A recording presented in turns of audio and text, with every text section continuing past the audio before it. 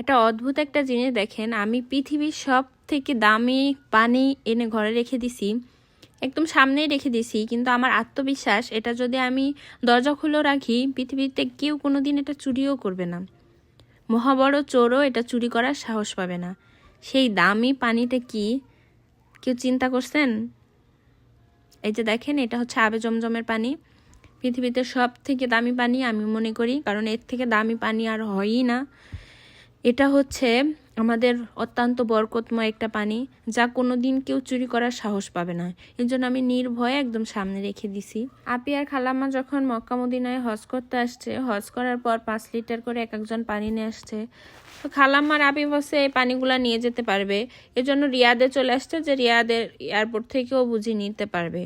কিন্তু যখন রিয়াদের এয়ারপোর্টে মাল বুকিং দিতে যায় তখন আর পানি নিতে দেয় না।